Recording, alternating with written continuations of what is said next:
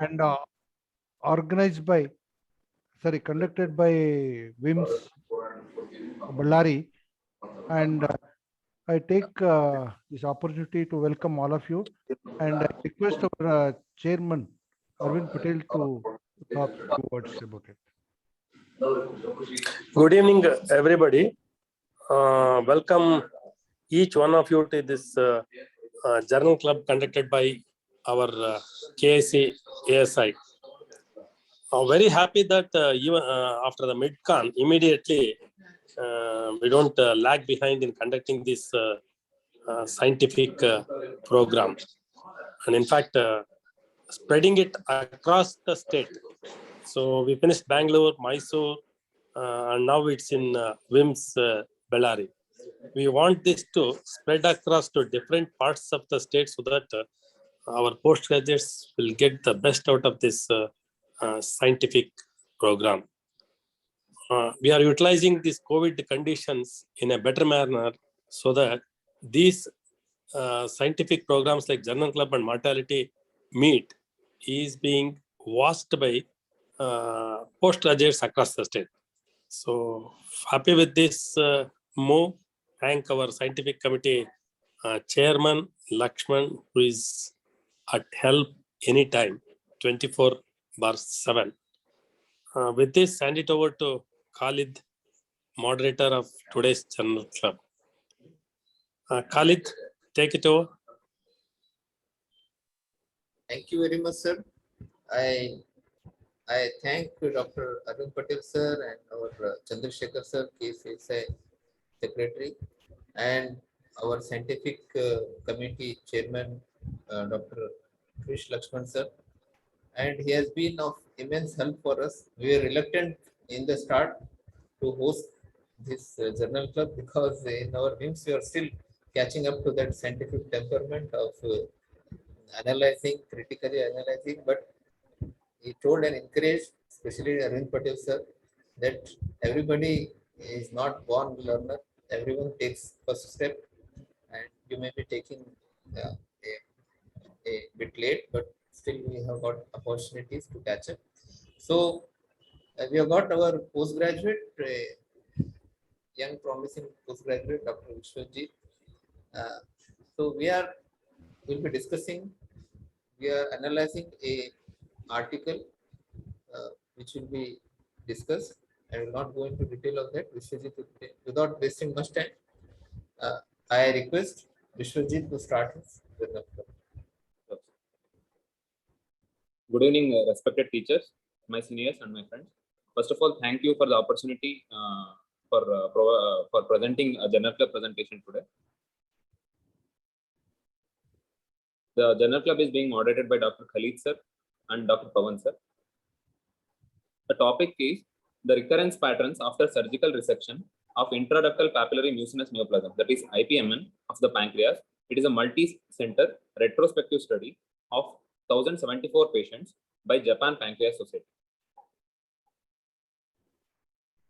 IPMN of pancreas, it encompasses a wide spectrum of epithelial changes, being it from benign adenoma to a carcinoma. It can be invasive carcinoma. So it is divided into low-grade dysplasia, high-grade dysplasia, as well as intraductal, that is invasive intraductal papillary mucinous carcinoma. So their incidence in the recent years, they have been increased, probably due to increased awareness. This journal club will be like interactive. I hope and I expect postgraduates to participate actually, especially our postgraduates from WIMS and also from Sagar Hospital. So anybody can tell me what are the different cysts of the pancreas so that we'll have an idea. Postgraduates. Can we name 2 or 3 people to take the questions predominantly? Hitesh.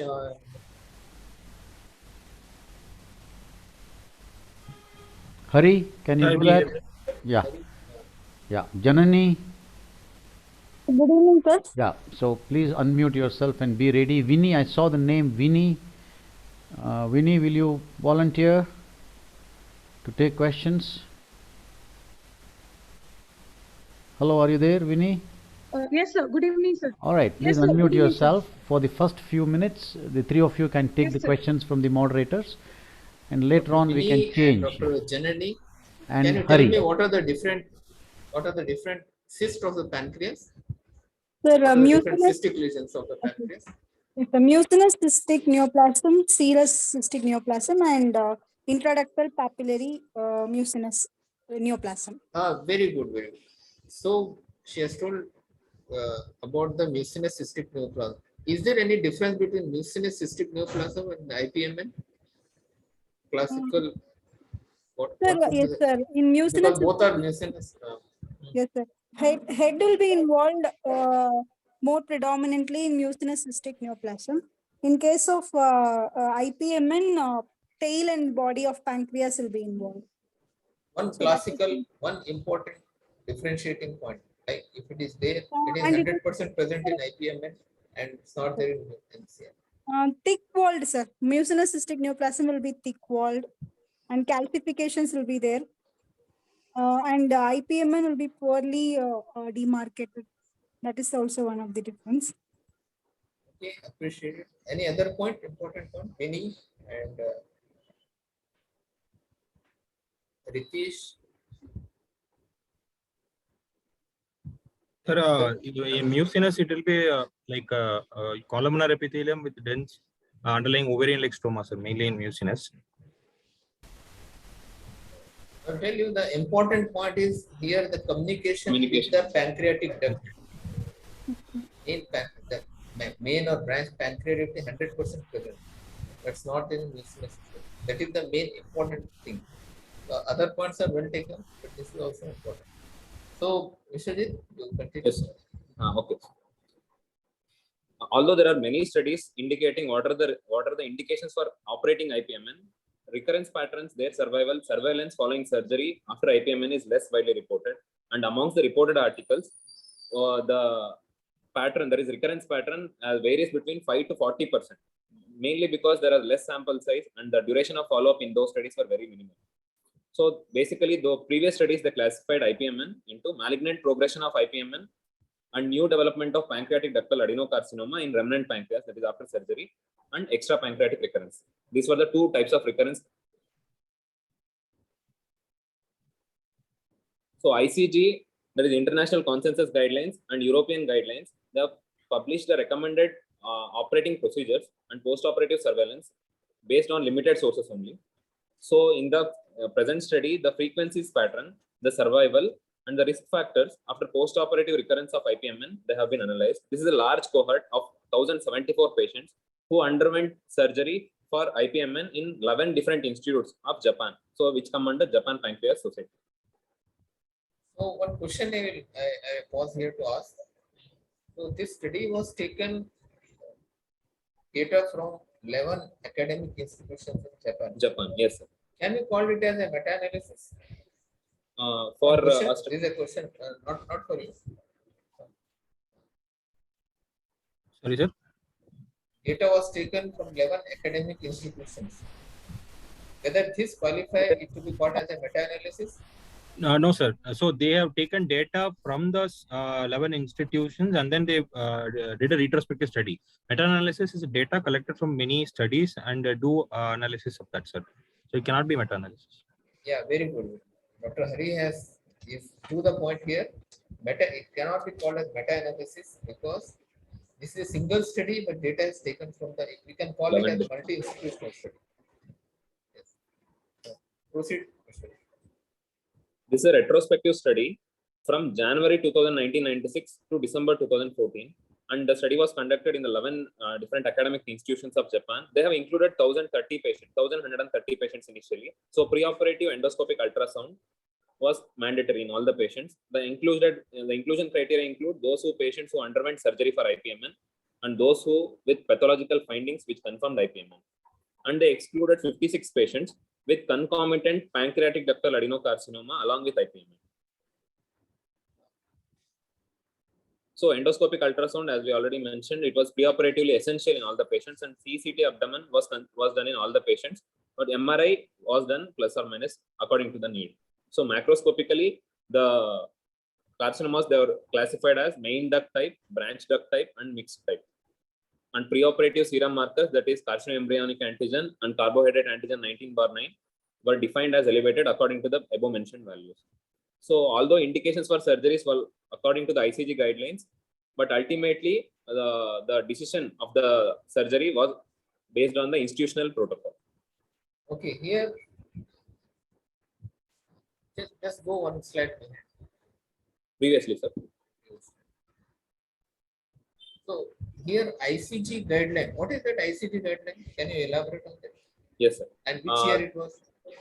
Sir, ICG guidelines was published, international consensus guidelines. They have provided clear-cut indications for what are the absolute indications, what are the relative indications for operating on intraductal papillary mucinous neoplasms. Yes, So, there are few guidelines, ICG guidelines are there, but yes, sir. the discretion, the final discretion was given to the operating surgeon. As you must know, this is a what type of study? It is a retrospective or prospective? Multi-institutional. Yes. It is a retrospective study. Yes, sir. Retrospective study. What type of study it is? You can go. Anybody else notice it? What type of study it is? Can anybody say? Hari, Ritesh, Oh, sir.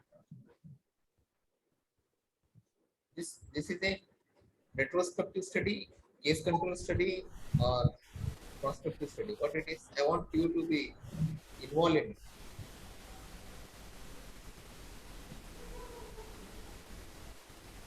Anybody? I think you missed it. Go on. Missed it. Go on slide. Oh, okay. Shall I go to next slide, sir? No, previous slide. Previous slide. So this is a retrospective study. Yes. I want to make a point here that the IPMN, previously the term IPMN was not used. It was only coined in 1994 by Sasa and Kluppel.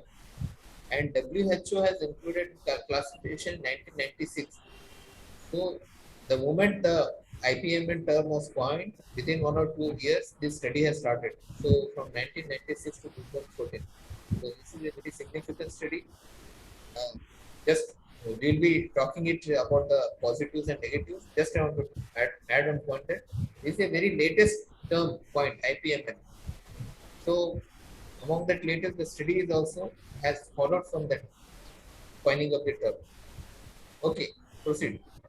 Yes. So pathologically, it was graded as based on the degree of dysplasia. IPMN was graded as low-grade dysplasia, high-grade dysplasia, and invasive IPMC. So if there was any difficulty in diagnosing the degree of dysplasia, there was a specialized pathologist who was blinded to the clinical outcome. So his review was taken. So invasive IPMC, they have divided into tubular and colloid based on the 7th International Union Against Carcinoma guidelines, whereas where the T1 stage was used, where it was T1A, B or C. T1A included less than 5 mm, T1B is 5 to 10 mm, T1C is more than 10 mm. That is the T staging of the pancreas, T staging of the IPMN. Here you are telling TNM classification of malignant tumors, right? Yes. 7th edition. Yes. 7th edition. Yeah. I want to know from the postgraduates and the participants, which is the latest edition now of TNM classification of malignant tumors? AJS is 8th. 8th. Yeah, very good. It is TNM 8. And when it was released? 2020, sir.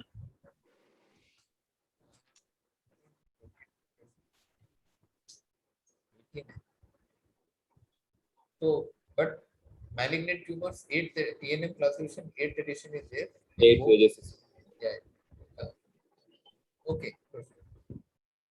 Proceed. Shall I proceed? Yes. So post-operatively, they were examined every 3 to 6 months by lab tests, imaging, as well as tumor markers.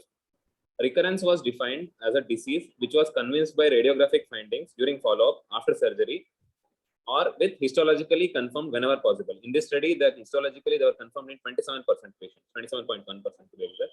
The site of recurrence is either in the remnant pancreas, that is after surgery, or it is extrapancreatic recurrence.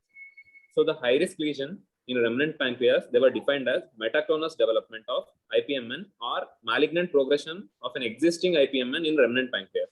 So this was the criteria for high-risk lesion in remnant pancreas, whereas extrapancreatic recurrence was defined as appearance of tumor outside the pancreas, that is peripancreatic area, that can be in the peripancreatic lymph node or nerve tissue along the pancreas, or in the lungs, liver, and also in the peritoneal cavity. So the data on the patient demographics, the tumor markers, radiographic findings, operative procedures, pathological features, as well as recurrence details and survival, they were analyzed. Continuous variables in the analysis were divided mainly by median and range, whereas categorical variables were graded by percentage. So the Kaplan-Meier survival. Anybody here, can you elaborate on, can comment on what is continuous variables and what are categories variables? Categorical variables. Postgraduates?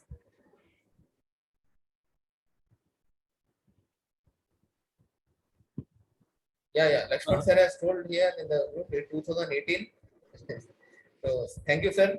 I was read 2018, but I'm not remembering. I'm not sure about it. Thank you. Any other postgraduates? Postgraduates, please. What are variables here? Sir, the categorical variable means age group, sex, education level, like that, sir. Like continuous means like measurements, like height, weight, etc. Continuous measurements which can be variable, which can be which cannot be counted. It can be decimals, but in case of categorical variables, it can be qualitative, like gender and all. Qualitative. Yeah. Yes. Point well taken.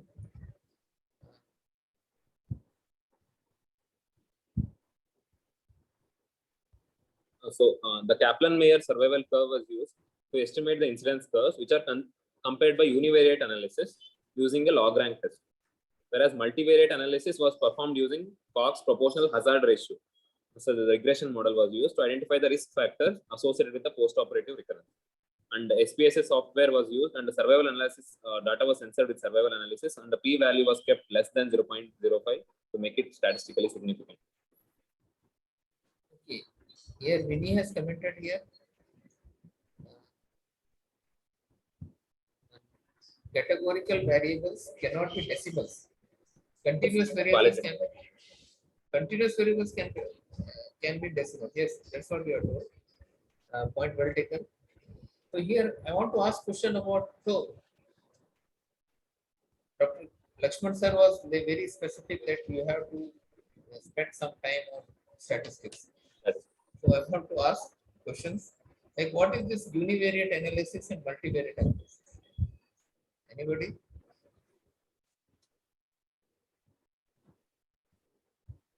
Here, sir has taken objection to Chiranjeevi. Like Chiranjeevi, you cannot like take lightly. You should be decent in your addressing to seniors and your teachers. What is univariate analysis? Sir, univariate analysis is analyzing the each single variable, that is comparing the each single variable among two groups like age, sex, or comorbidities. We are analyzing in both groups. That is univariate analysis. In multivariate, if the univariate analysis is the components which are statistically significant in univariate analysis will be taken into multivariate analysis, so that we could identify the risk factors or example risk factors among both groups. Multivariate analysis, we have to take multiple factors. Multiple factors. Important in the univariate. I want, like, this is a, I think, very loaded term. I request Lakshman sir to have comment on this. Sorry, comment on what, Khalid? Univariate and multivariate analysis. Yeah, you see, you have many variables in the outcomes after the intervention, and those variables can be one or many, and there are statistical methods to know and calculate the effect of each of those several variables on the outcome, You can also have groups of those variables and have run statistical tests to see how the group itself has an effect on the outcome. So in multi, when there are so many variables which have the outcome, like in this study, they run both types of tests, and it is always more important to give more importance is given to the multivariate analysis. Single variables are less, it's done, but it is less important than having multivariate. So at the end of the study, when you have several factors, there may be 10 factors which are influencing the outcome, you will find that after a multivariate analysis, only 2 or 3 or 4 of them will become important. And that's what you give importance to in clinical parlance. Thank you very much, sir. I think postgraduate have understood this, that multiple variables which are very significant, we have to, they will be analyzed in, and the more importance will be given to multivariate analysis. Although univariate is very important, which is as I have shown here, Kaplan-Meier method. We will be talking, discussing more about it in the coming slides. Proceed, Vishnu. Yes. So we'll pause here and will ask not only postgraduates and also the senior participants, surgeons and professors here, that what are the positives and what are the negatives, what are the goods and not so good points of this article. Now we cannot say bad, as Lakshman sir was telling us. So whatever study they have done, the efforts they have done, it's not bad. So what is good and not so good points of this article? So can I start with it, sir? Yes, Hari. Sir, at this point, till whatever we have seen till the statistics, sir, the critique so far is for the study and against the study. I'll tell you. First, for the study, it is a relevant topic, sir. IPMN, the new topic, is a relevant topic, and it is a recent paper, and it is a multi-institutional study, sir. And it has been, they mentioned, like approved by institution and proper consent was taken. And regarding the numbers, I have somewhere seen in this paper that this is the largest cohort study for IPMN so far. So the point taken is it is a relevant study. Yes, sir. And as I told, this is like a topic which has got very less information and less clear data available in the literature. So this is very relevant. There was one point very well taken, and it's a multi-institutional. So yes, and that also increases reliability. Yes. And third point, what he has told you is it has got a large cohort, about more than 1,000 patients. So okay. There any other? Sorry? Number 4, it is a recent paper also, sir, 2019. Very so good. that is also This is also very important to make it relevant and for us to actually take information to enrich ourselves in our practice and also knowledge. One of the important criteria and point is that it should be recent. Okay. Yes, sir. And regarding other positive points about here, sir, they have mentioned they follow strictly the international consensus guidelines, and they have measured. They have mentioned about the pre-op measurements of height in the EUS and CT, MRI, CEA. They have even mentioned about the values about highest level. So they are pre-operative. They are very clear about their what they wanted to do and what they wanted to do. This is very important. Although it is a retrospective study, the amount of data and the specific data collection is very marvelous. In Japan, I think Japanese, they do things very nicely.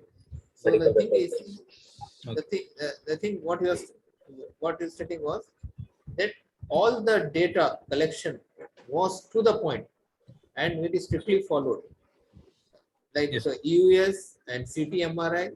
I think in the paper it's given that for the size of the cyst, they have taken EUS as the standard, and the pancreatic duct size diameter they have taken CT and CCT and MRI as the standard. So much specific they have got. Very well taken point. And Ritesh, I expect you to also come out of the chat and talk face to face. Ritesh, your points are being seen and It's a recent paper. Hello, sir. I had some connectivity issues, sir. That's why I'm not able to connect properly. Hello, sir. Pardon? Some connectivity issues, sir.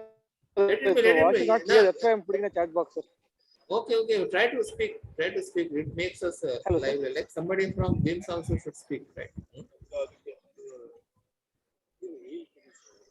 So, Yes, sir. so the negative point. you are told the positive point, a retrospective study, it is a positive point or it's not so good? Negative point, sir. Retrospective studies. Okay. Not so So still negative the will come up. retrospective studies not so. Okay, negative will come later. Anything positive? Yes, sir. Any other thing? Say. Positive I think have already been mentioned. Okay, Hari, yeah, you can tell any other. Sir, one more positive I want to add up. They have even given the definition of recurrence. See, because they're studying the reference, they have even given the definition for recurrence in their study and they stick to it. That is one last positive point I want to add. So, can I tell about the against critics, sir? Against, right? You can tell. So, like Dr. Ritesh said, it is a retrospective study. Even though it is a large cohort, it is a retrospective study. That is one negative aspect.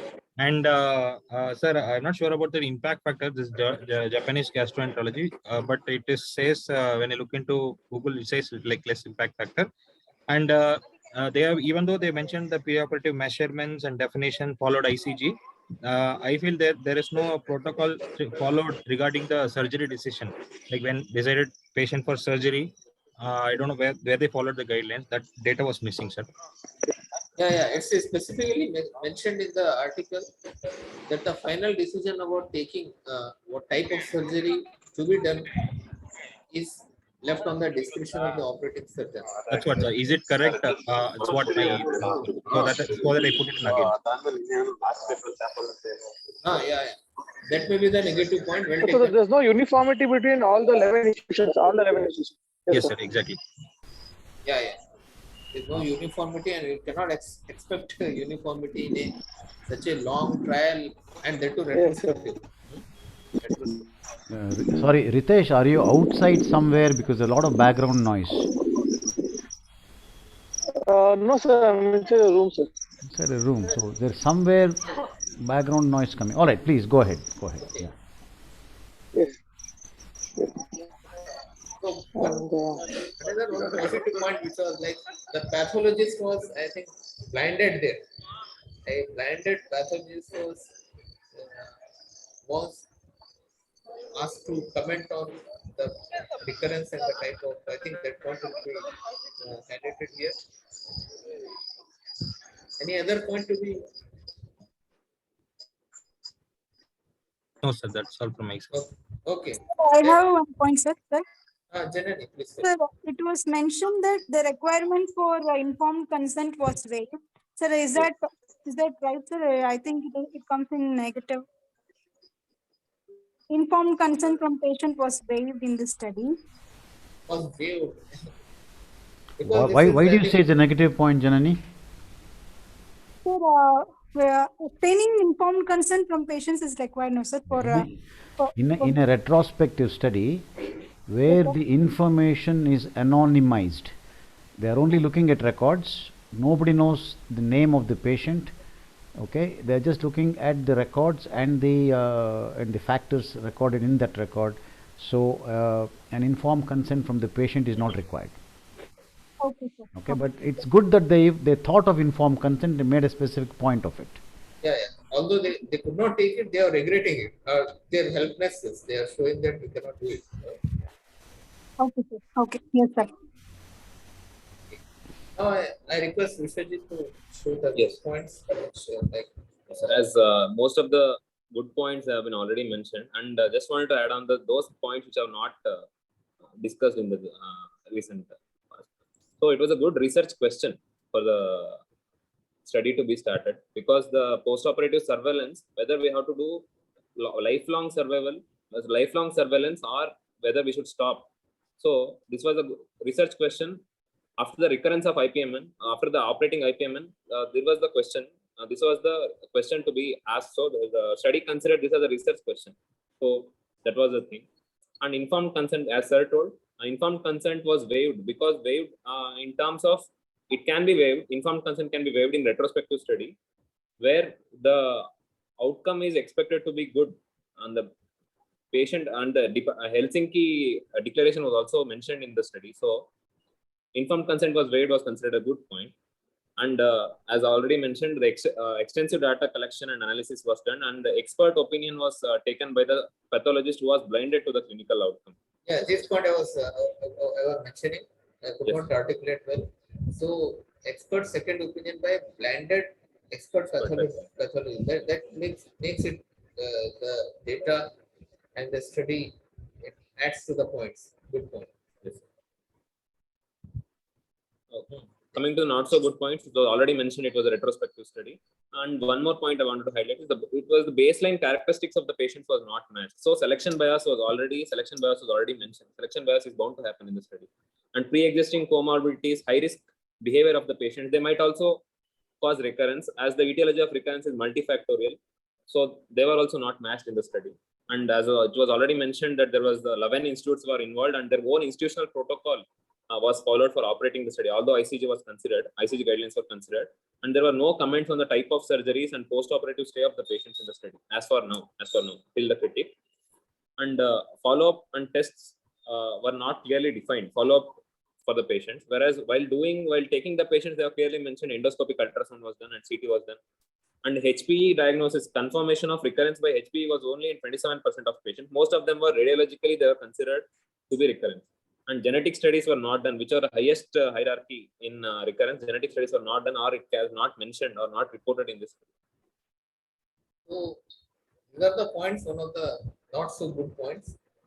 So, genetic studies were not taken, not reported, or not mentioned in the, that would have definitely added to the weightage Yes. of the study. And few other points are there, I think were taken. If no comments from the audience and listeners, we'll proceed. So, out of the patients, 1,074 patients who are considered, only 14.4% had recurrence.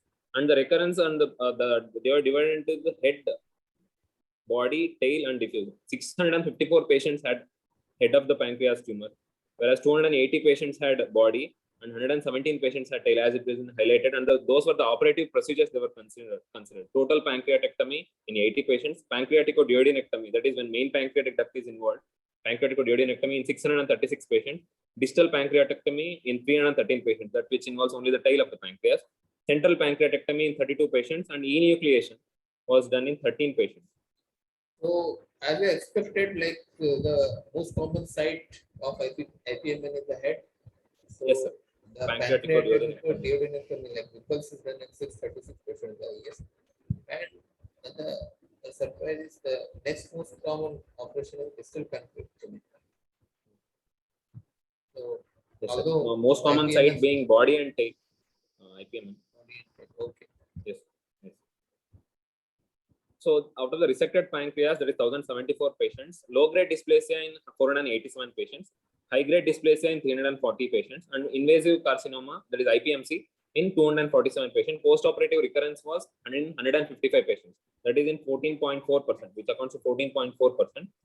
And high-risk lesion in the remnant pancreas post-operatively, that is in the remnant pancreas, was in 70 patients, out of which majority of them were intraductal papillary mucinous neoplasms.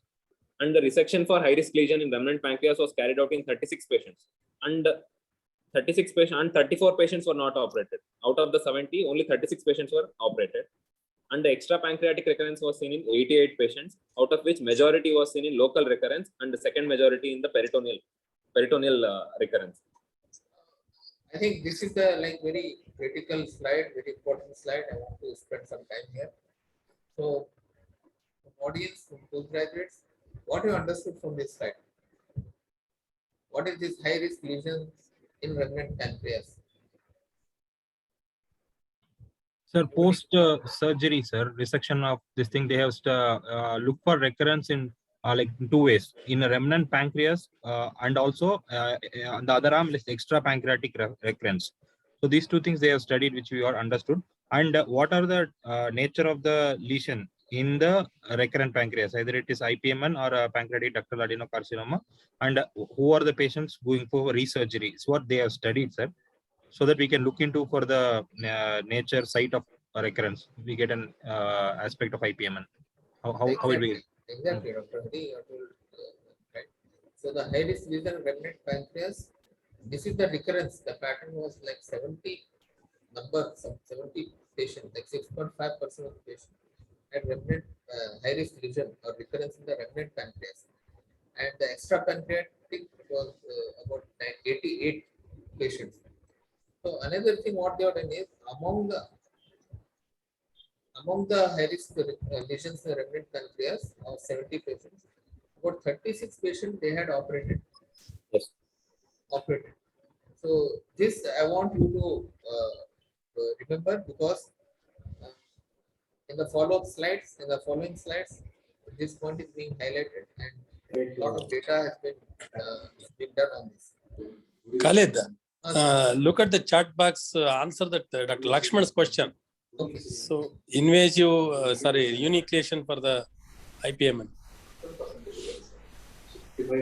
No, it's not very important, but just made a general point that enucleation is not recommended. Not considered in You just ICD. go Yeah. one slide behind. No. Could it influence the recurrence? I also one slide behind. Go back. Yes, sir. Sure. So very well point from this. Yeah, what he has mentioned is about 13 cases there was enucleation. So definitely, it is not recommended. That may have affected. That may have definitely affected the outcome. So this may be the negative point, one of the not so good point of the study. Point well taken, sir. For a branch duct type, there in ICG guidelines they have mentioned parenchyma sparing pancreatectomy as the treatment. Enucleation is nowhere mentioned, sir, but they have included enucleation. That is not according to ICG guidelines. Yeah, they have Very included- correct. Very correct. Yes. Correct. Yes. Thank you, sir. Thank you for pointing out. Okay, proceed. Yes. Hari, you want to say something? Hari? Sir, I had one doubt, sir. Ramay, can I ask? Sir, this high-risk lesions in remnant pancreas, they have mentioned, no, sir, PDAC, like pancreatic adenocarcinoma, IPMN. So in that only 70, 36, they have undergone surgery. But without surgery, how can they tell before only it is pancreatic ductal? I didn't see any biopsy taken for the high-risk lesion and all. But I was just a bit confused, like how they can able to say these things before. Yeah. You got a very nice point, Hari, well taken.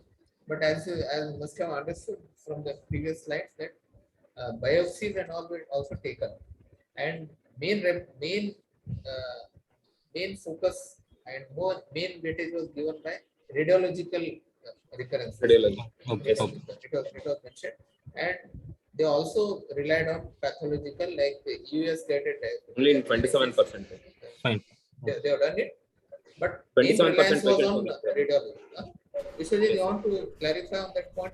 Yes, sir. Radiologically, they have done recurrence was mainly radiologically they have considered, sir. Only 27% patients they have done histopathology. So that was a negative point, not so good point. I have included that. Yeah. Well, good observation, Dr. Ali. Good observation. So recurrence, they have mainly relied on radiological. Point taken, right? Yes, sir. Okay. Proceed. Yes, sir. Sure. So the first picture in the first graph, it represents what was the time from the time of initial surgery and what is the recurrence among the patients who are operated at the 60 months. That is at the 5-year period. They have mentioned the recurrence, and as we can see, as the time progresses after surgery, after the time of initial surgery, the recurrence has been increased. This comes under Kaplan-Meier survival analysis. So time to event analysis that they have shown, they are mentioning. They have showing as the time progresses, time of the recurrence also is increasing, as it's shown in the first diagram. Second picture which depicts the hazard risk. No. Yes, We'll go picture by picture. Sure. Graph by graph. So this graph, I want to spend some time on the y-axis. It is cumulative incidence of high-risk lesion in the remnant pancreas. So the graph it is showing that as the time progresses, time from surgery, so the cumulative incidence is increasing. Is it right, Vishwajit? Yes, sir. Sure. Yes, So, incidence is so increasing. the more we follow, the more likely we need to get recurrences. So what is the Yes. point? What is the take home message from this? Anybody else? Sir, the chance of recurrence will get more in by years, sir. So we have to be following up them a regular interval, sir. It's not like Very good, Dr. Ali. The point was like we have to follow long-term follow-up is very much necessary to pick up recurrences. This is very point well taken. Next graph. Sir. Next graph, it shows it is a hazard ratio, that is survival analysis hazard ratio based on the hazard ratio regression model. It shows those patients with recurrence in remnant pancreas had less overall survival. Their overall survival was less with recurrence than those patients without recurrence in the remnant pancreas. What is hazard?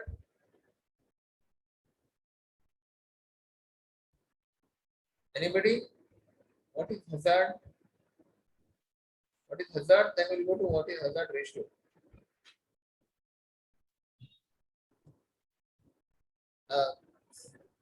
Hari is there. I think Janani, Vani, sir, Nitesh. not sure, sir. It is maybe the rate of morbidity or rate of death with concern to that group, particular group. No, we So are not hazard talking ratio. about the rate. Rate we will be talking later. What is hazard? Sir, from the hazard is from the time they enter the study to the onset or to the onset of the disease or the recurrence, sir. Yeah, I yeah. think that is hazard. Some untoward or some event has happened.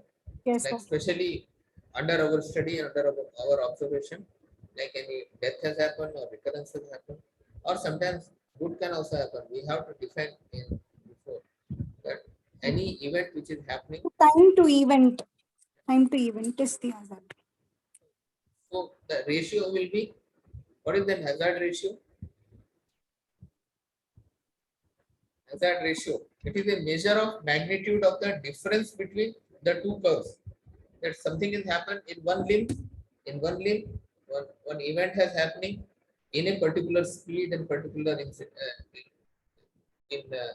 incidence, and in other limb also event is happening, and the difference between the both, like for example here, can you tell Vishwajit what are the two different curves here?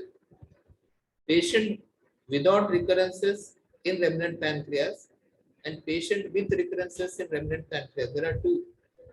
One is having 1004 numbers and another is 70 numbers. So on the Y limb, we have got overall survival. So here in this hazard, what we are taking the survival of the patient. So can you explain? Anybody can explain this? So what has happened here? I think last screen sharing of Vishwajit. Am I audible, sir? Yeah, yeah. Yeah, sure. Sorry for the technical difficulty. What Sir, are you were the explaining. among this? Yes. What are these two limbs, two curves? Can you explain? Yes, sir. The down one, the lower one which depicts the patient with recurrence in the remnant pancreas, and the upper one which shows patient without recurrence in the remnant pancreas. The left limb is for overall survival, sir. So the overall survival was less in patients with recurrence. This is what it shows. It is a hazard ratio curve based on the time event relationships. Yes. So this is a Kaplan-Meier, classical Kaplan-Meier. You get overall survival here and the time from the surgery there. And you've got two limbs of, one is recurrences and without recurrences. And it is shown clearly, patient with recurrences, obviously what we expect is the survival is less. Yes, point well taken. Okay, proceed. So this picture depicts those patients who underwent operation for recurrence, that is 34 patients, they had better survival when compared to those patients who are not operated. So those patients who are not operated has less overall survival when compared to those patients with recurrence who are operated. Here also, what is the time I want from the audience and from the participants? Which type of query is this? Which type of query is this? Sorry, sir. Which graph is this? name of this graph. Sir, Kaplan-Meier graph. Yeah, that's what. This is the Kaplan-Meier, and it is, as I told, it's the univariate. Here, overall survival we are seeing here. So among the patients who have been operated with recurrences, as I told, survival was less in the previous graph. Now among that cohort, that group, those patients in which operation was done for recurrences, their survival was better than those. Is this the point, Vishwajit? Yes, sir. Sure. Same Okay. point. So what is the hazard ratio here? Hazard ratio is basically the hazard in the treatment arm divided by the hazard in the No, control here, arm. here, this is Kaplan-Meier. You got two Yes, sir. different arms here. Yes, So sir. what is the hazard ratio difference between the two curves in the Kaplan-Meier plot? Given here, I think some data is there below. Yes, sir.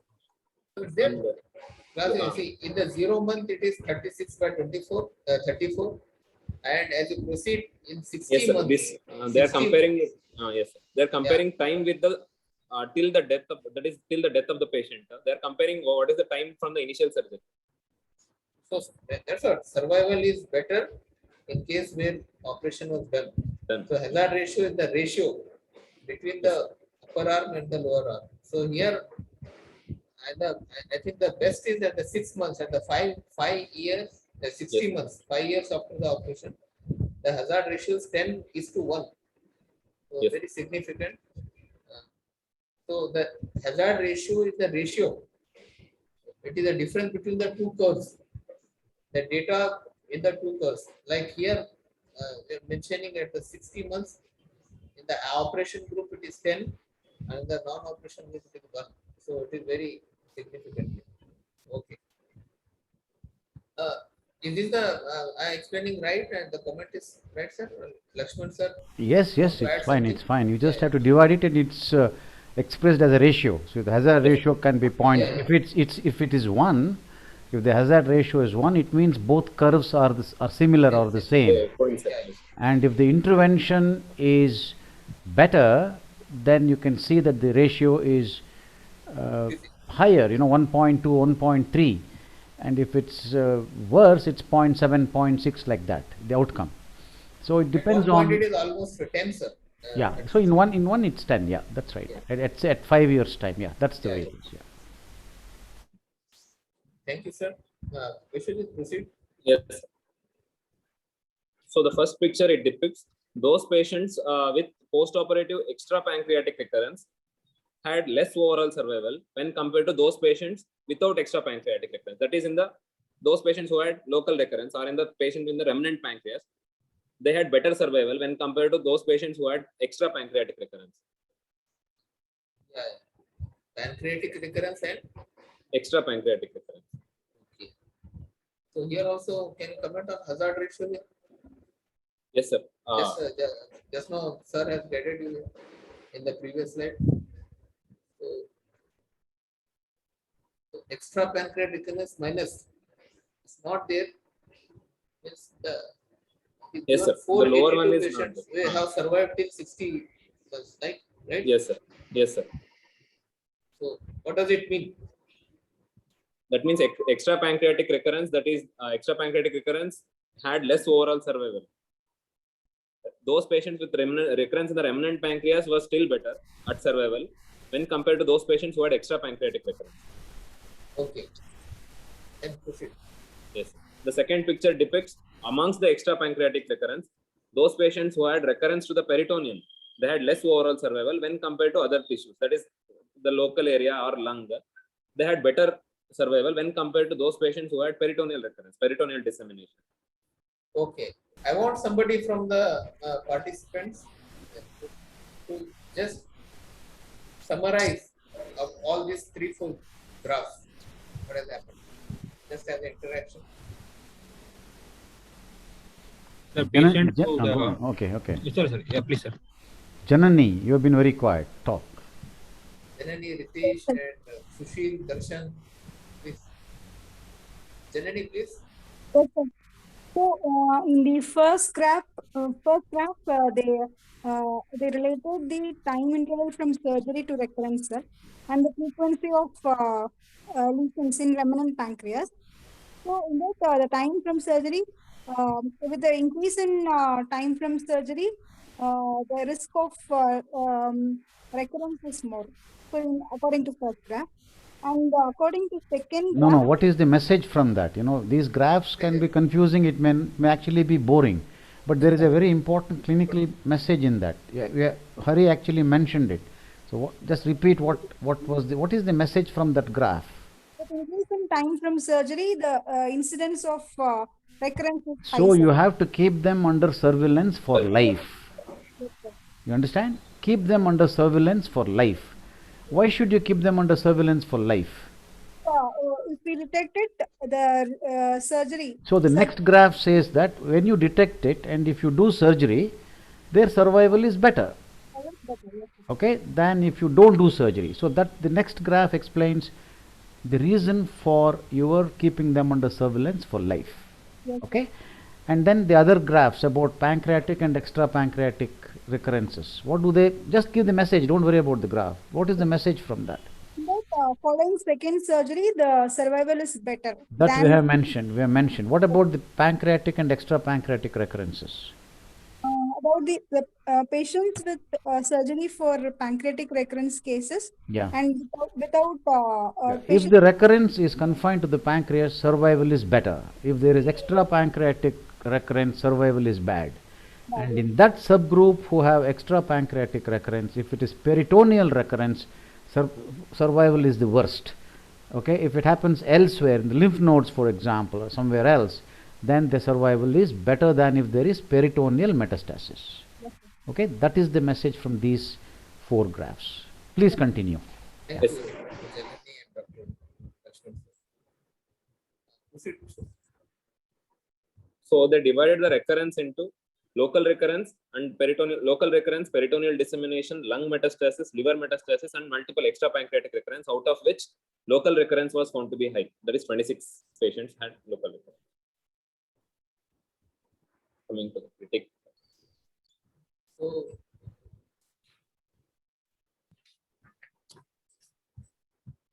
anybody want to add something? Any sir, for is what are the good points That's a good about the point. statistical analysis after the statistical analysis? After the statistics. Yes, sir. So there is detailed description about how they did morphological and pathological typing of the tumors, and good follow-ups, sir. Long-term follow-up was there, and also the risk factors post-operatively was mentioned clearly in the study, and the results which are the graphs they used for the results was very clear, and everything was to the point, sir. Anybody else want to mention about it? The same point, sir. They did a multivariate analysis, which is good. I want to add to that. So that is one other good point which we have to consider. Yeah, mentioned all the good points. Regarding against, sir. Against you can say. Sir, like we mentioned about that recurrence, how they radiological recurrence, that is one point again, sir. And even with the resurgery, how they decided who will go for resurgery among 36, they didn't mention about that. And other thing that chemo also, sir, there is what is the guidelines followed and who received chemo, that is also not mentioned. What is the criteria for operation and why the rest of the 34 patients are not operated? What was the reason was not given? Yes, that is point well taken. I think that will be mentioning in the coming slide. Vishwajit, Yes, sir. I'll continue. Yes, sir. So they have done the follow up in almost all the cases of surgery. So it has good statistical significance. On the good points, I want to add this. Among the not so good points, since it was conducted in 11 different institutions, operative variations in the surgeons is bound to happen. So it influences the recurrence. And as it's already mentioned, indications for second surgery only was done in 36 patients, and not mentioned for not operating. They have not mentioned, but I think they have followed ICG guidelines here also, sir. So I have kept it under not so good point, but I think they have not operated if there was no requirement for surgery according to ICG guidelines. According to ICU, why the 36 were operated and why 34? Because they have everybody had the recurrences. Everybody had the recurrence in the remnant pancreas, right? Yes, sir. They had recurrence in the remnant pancreas, sir. But according to ICG, if there is presence of jaundice, or if the main pancreatic duct is more than 10 mm, or if there is a presence of mural nodule more than 5 mm, mural nodule, enhancing mural nodule, there is an indication for surgery. First surgery they have described, sir. But for recurrence, they have not mentioned. That is the point Dr. Hari is raising. Yeah. That why these 34 patients were not operated? If it was because of some other reason, yes, sir. That they have not mentioned. Yes, sir. Yes. See, Dr. Lakshman want to add something? yeah, this is the very basis for the importance of this paper. The ICG guidelines had no data about what to do when there is a recurrence. So they were vague about it, and so they only mentioned the definition for surgery for the first diagnosis.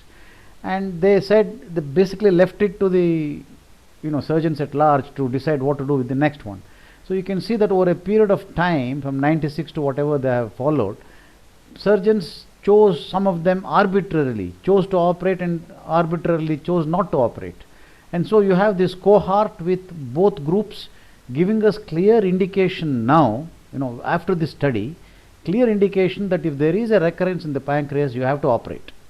Okay, unless there is some overwhelming medical condition which precludes a big operation. Other than that, everybody with a local recurrence, the message from this paper, everybody with a local recurrence, you must try and operate and take it out.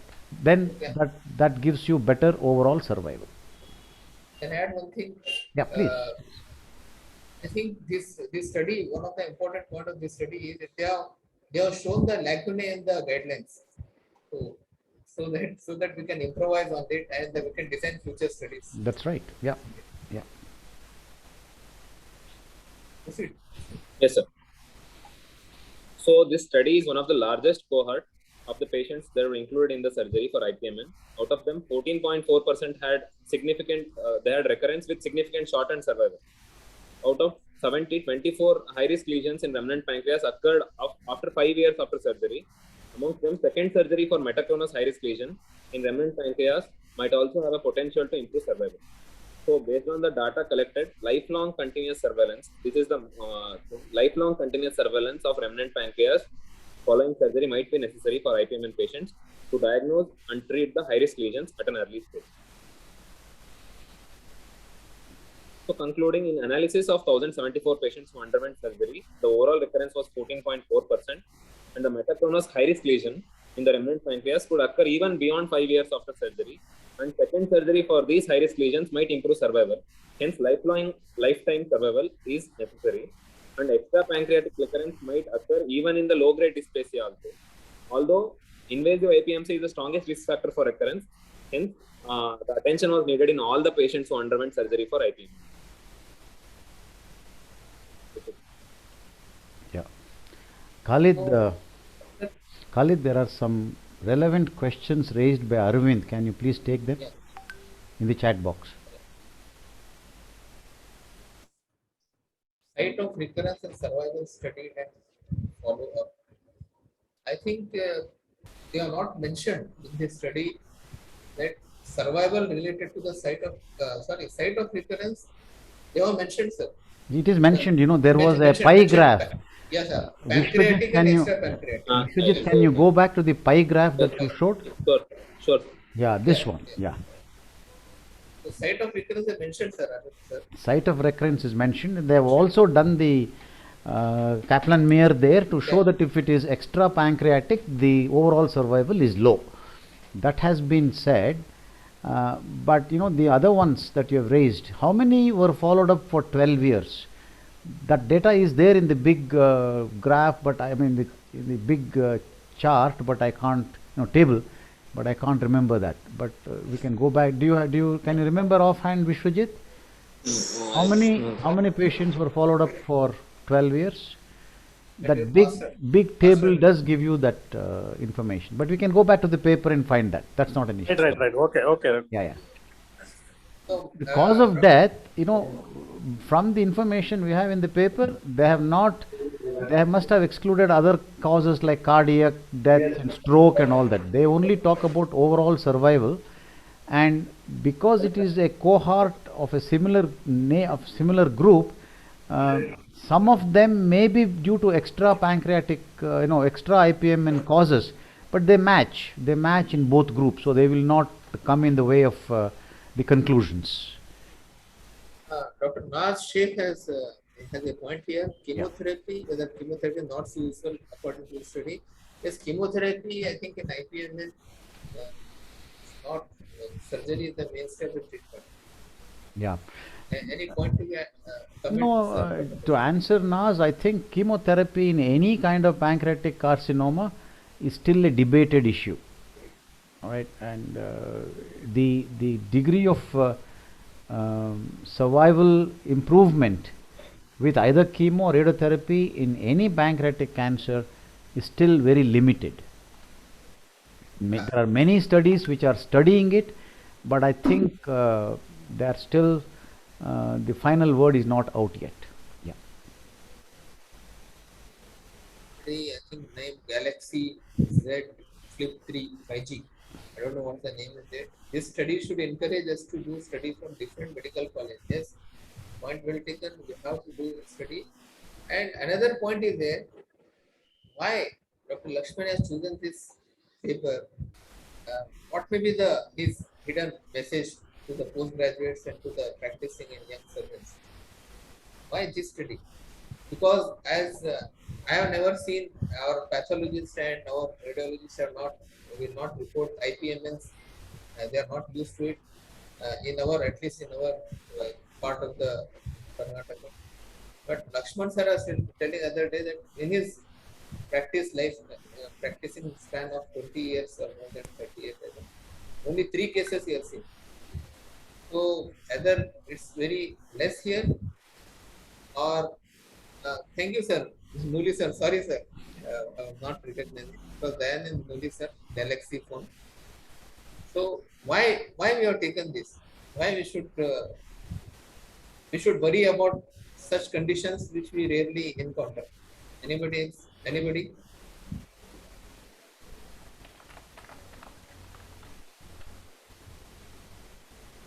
So these things, not so much of guidelines or consensus is there, sir. So at point we can be confused. So studying of these things is important. Because you have to study our guidelines and all. Another important point is that guidelines are not sacrosanct. And like in IPMN, there are many guidelines which we follow. Maybe we may be excused because of less data for IPMN, but many surgical conditions are there in India where we have got a lot of data. We can always challenge these guidelines based on our own data. Is this the point, sir? Lakshman, sir?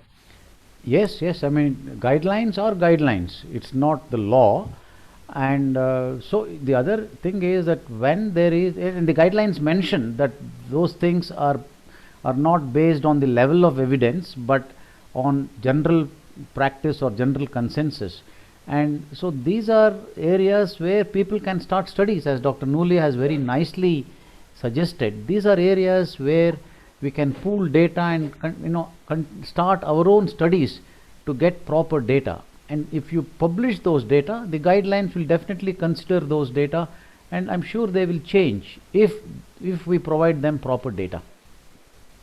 There is a small announcement from the Secretary KCSI Chandrasekhar sir that you should visit the website, KCSI website, for knowing the results of the paper and poster presentation done during MidCon 2021.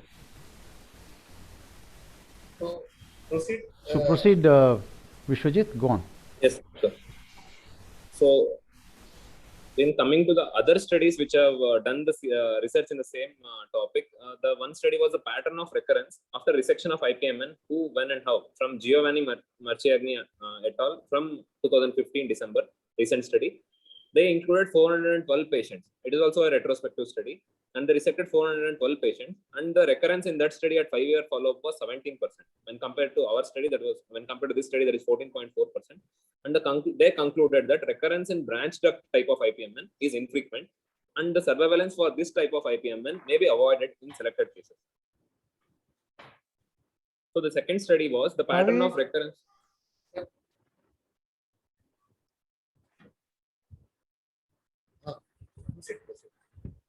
The second study was pattern of recurrence and long-term outcomes in patients who underwent pancreatectomy. Sir, it's muted, sir. Your phone is muted.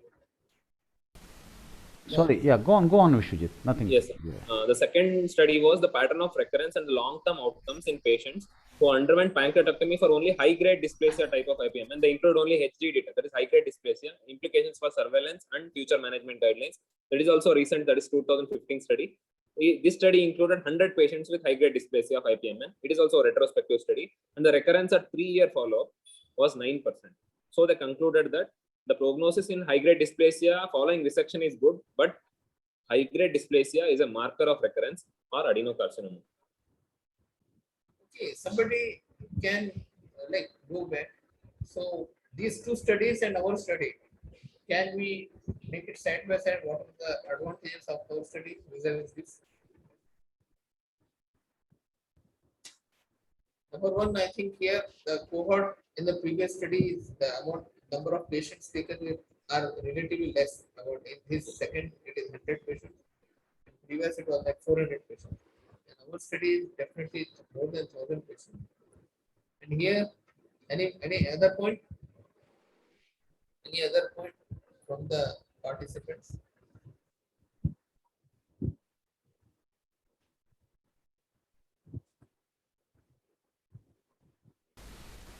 Any other point? All right, Vishwajit, you give Yes. your Okay. concluding Yes. remarks.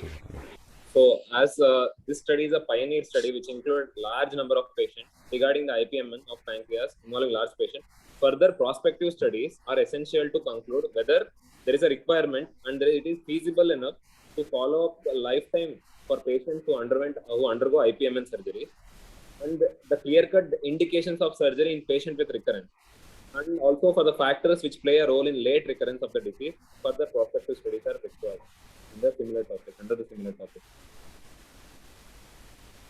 So, have the closing remarks from this journal club, or this is from the study. Like the guidelines and the guidelines mentioned for treatment of IPMN, still more clarification, clarity is required about what we should do, what type of surgery, and when to do, when not to do, when recurrences occurs in pancreas. So this is required, and also clear-cut indication is required, and what factors which play a role in the late recurrence of disease. As you know, the more we follow up, there are chances of recurrence and recurrence happen. What are those factors we need to study in future studies? I think this paper, as I was told, is a pioneering study, and it will definitely open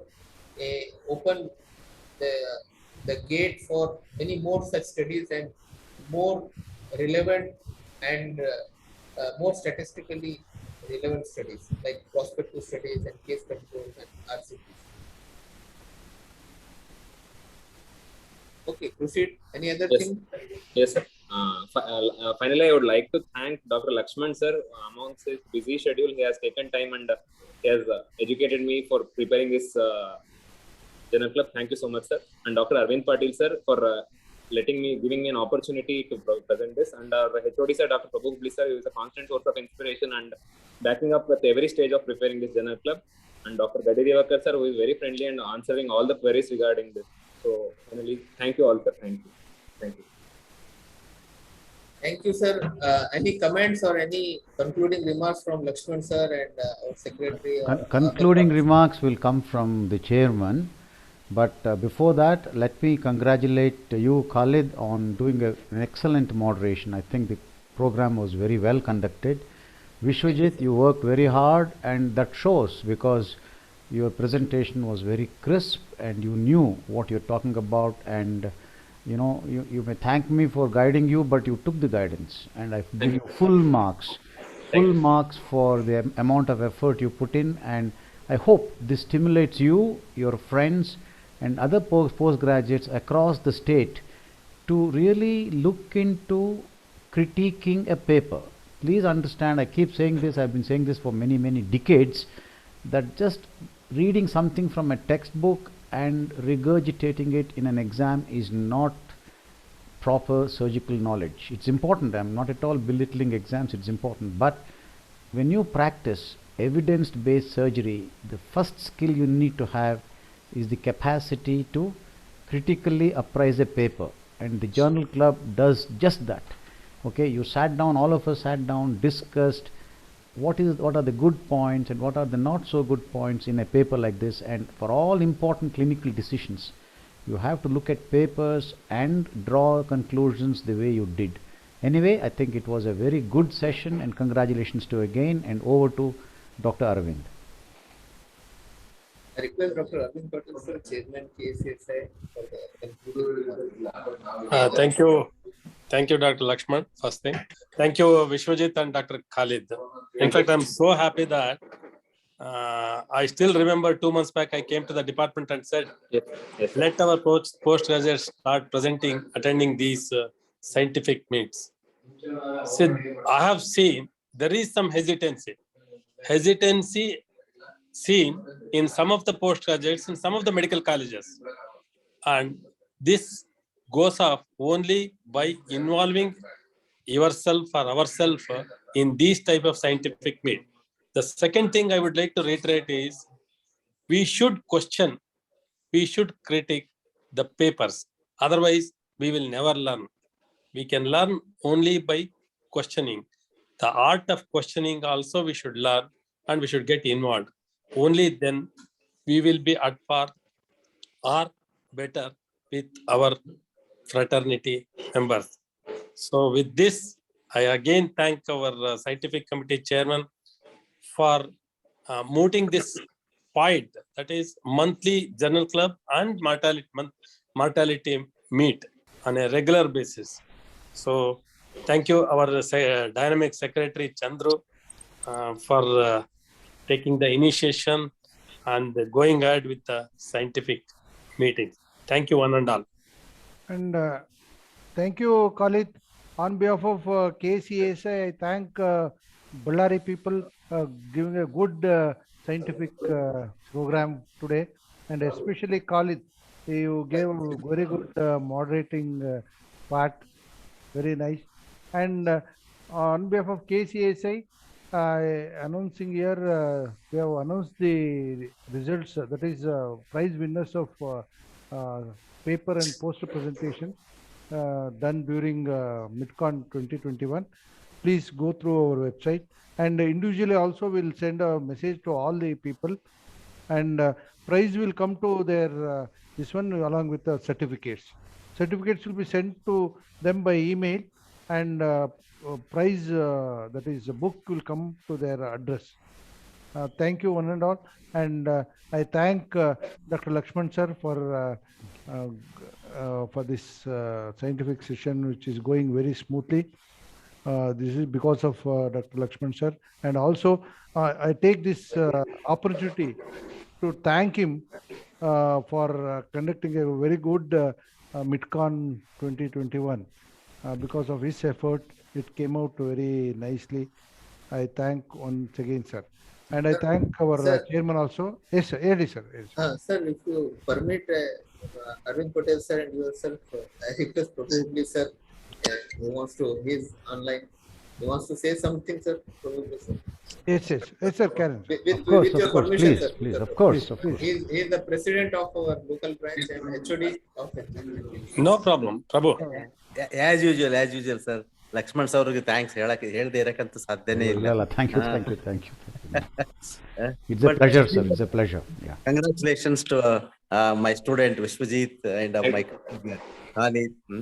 They have put hard work and made it successful.